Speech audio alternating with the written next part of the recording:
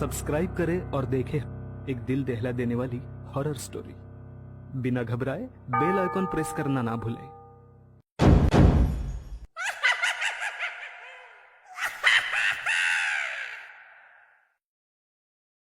इस कहानी की लेखिका है विनीता मोहता।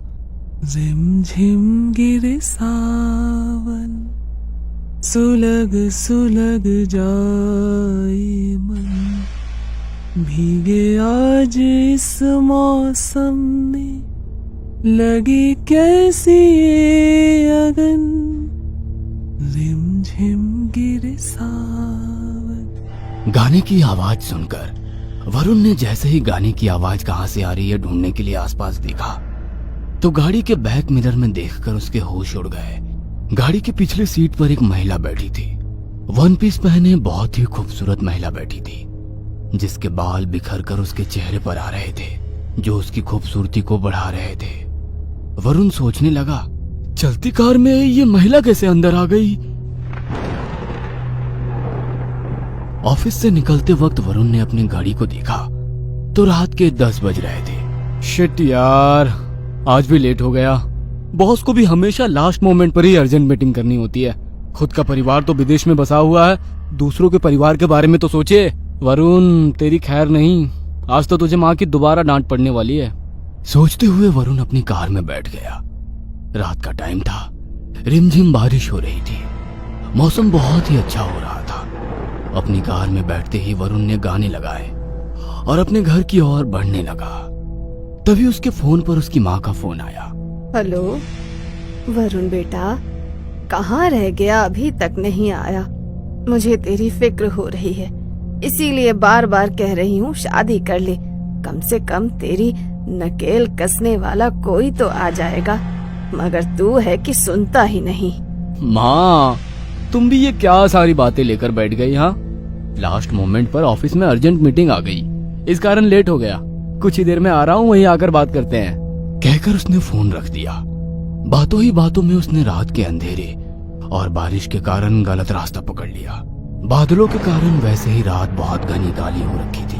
तेज हवाएं और सुनसान रास्ते में पत्तों की सरसराहट किसी के भी मन में भय पैदा करने के लिए काफी है। मगर वरुण नए जमाने का लड़का था। भूत प्रेत काली शक्ति इन सब बातों को नहीं मानता था।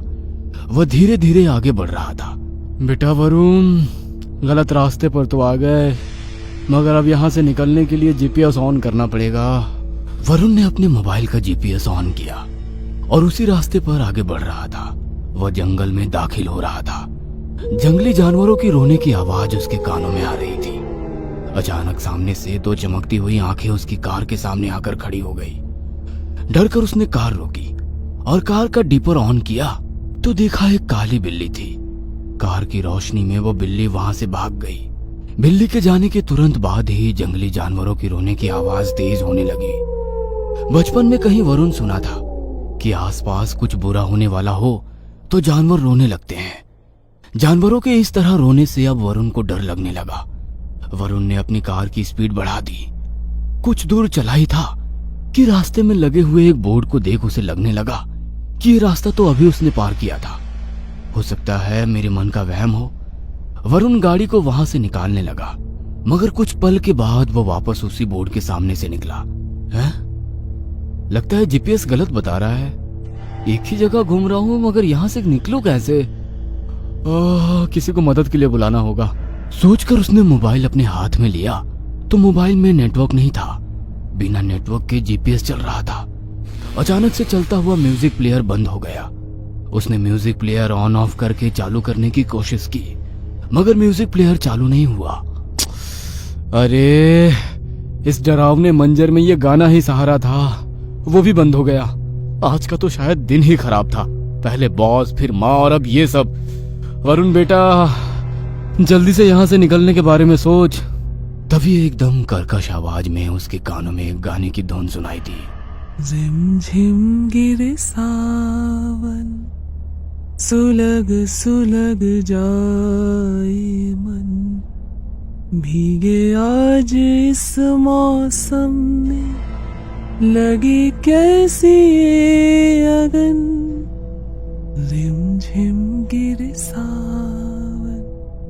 गाने की आवाज सुनकर वरुण ने जैसे ही गाने की आवाज कहां से आ रही है ढूंढने के लिए आसपास देखा तो गाड़ी के बैक मिरर में देखकर उसके होश उड़ गए। गाड़ी की पिछली सीट पर एक महिला बैठी थी।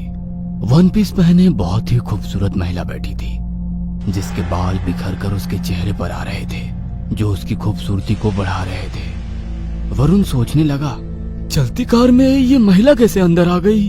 वरुण कुछ बोल पाता उसके पहले ही वो महिला अब उसके साइड वाली सीट पर बैठी थी। अचानक से महिला आगे कैसे आ गई, ये सोच वरुण हैरानी से उसकी ओर देखने लगा। उसे इस तरह देखते देख महिला मुस्कुराकर बोली, अभी तो तुम गाना सुनने के लिए अपना टेप रिकॉर्डर चेक कर रहे थे, मगर मेरा गाना सुनकर हैरानी से मुझे देख रहे हो। क्यों, तुम्हें मेरा गाना पसंद नहीं आया? वह महिला दिखने में जितनी खूबसूरत थी, उसकी आवाज उतनी ही कर्कश और डरावनी थी। वरुण की तरफ दोस्ती का हाथ बढ़ाकर उसने कहा, मैं राजबाला, और तुम? इस बार उसकी आवाज बहुत ही सामान्य थी। वरुण को कुछ समझ नहीं आ रहा था कि उसकी बातों का क्या जवाब दे, क्योंकि वो उस महिला की हरकतों से हैरान था। वरुण खामोश था कि अचानक वो महिला कर्कश आवाज में बोली, तुमने मेरी बात का कोई जवाब नहीं दिया। कहकर वो वरुण को घूरने लगी। वरुण की आवाज में घबराहट थी। वरुण सक्सेना, अभी कुछ देर पहले तुम अपनी माँ से शादी के बारे में बात कर रहे थे। शादी के बारे में क्या ख्याल है? कैसी लगी मैं तुम्हें? मुझसे शादी करोगे? वरुण वैसे ही बहुत घबरा चुका था।